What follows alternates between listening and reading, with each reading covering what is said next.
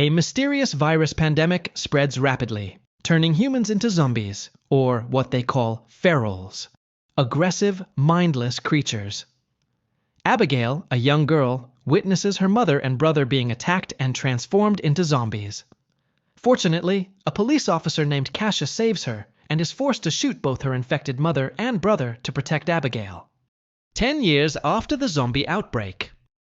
Abigail is now grown up and lives a nomadic life with Cassius in the forest. They survive by hunting deer, training in combat, and constantly moving to avoid ferals. During one of their journeys, they witness a person being attacked by zombies.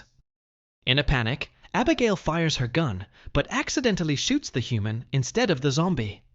The person is dying, and out of mercy, Cassius ends their suffering.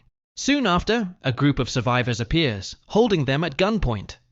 They check on the person who was shot. Abigail tries to explain that it was a misunderstanding. Thanks to their skills, the situation quickly turns around. They meet Megan, who is heavily pregnant, and her husband, David. The argument is interrupted by the terrifying scream of an alpha zombie, followed by a zombie tsunami attack. A fierce battle breaks out. Some members of the group are bitten and turn into zombies, and even the group leader is killed by the alpha.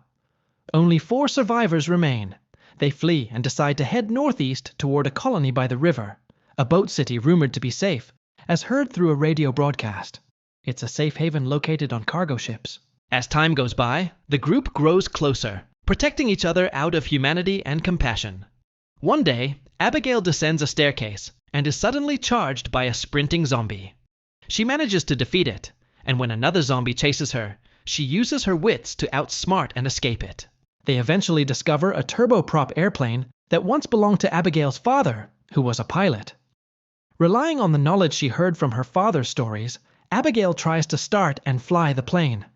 Meanwhile, zombies are running frantically, hungry for human flesh. They manage to take off, but mid-flight, the plane encounters technical issues.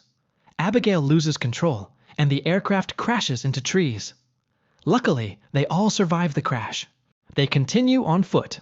Unexpectedly, it's revealed that David has a zombie bite on his leg. However, he hasn't turned, which is believed to be due to his immense willpower holding back the virus. Cassius notices this, but, recognizing David's strength, chooses to let him continue with them. During their journey, they come across a house and ask to stay the night. The house belongs to Norton, an engineer. He offers them drinks, which turn out to be drugged. Norton ties them up and holds them hostage using a special gauntlet that can control ferals through high-frequency sound waves. He releases his wife, now a feral, into the room to attack them. David fights the feral, opens his eyes, metaphorically and literally, and manages to break free.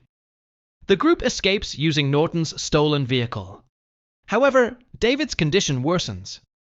Knowing his time is limited, he sacrifices himself to hold off the ferals and buy time for the others, ultimately dying in the fight. Cassius, Abigail, and Megan finally reach King's Harbor, a floating colony that appears to be safe. Megan gives birth, but tragically dies during labor. Cassius promises to protect the baby. Abigail befriends Roderick, a local young man who shows her escape tunnels and hidden bombs, prepared for a rebellion in case of a feral attack. Norton eventually arrives and unleashes a feral assault on the colony. Cassius destroys Norton's gauntlet, and Norton is devoured by the very ferals he tried to control.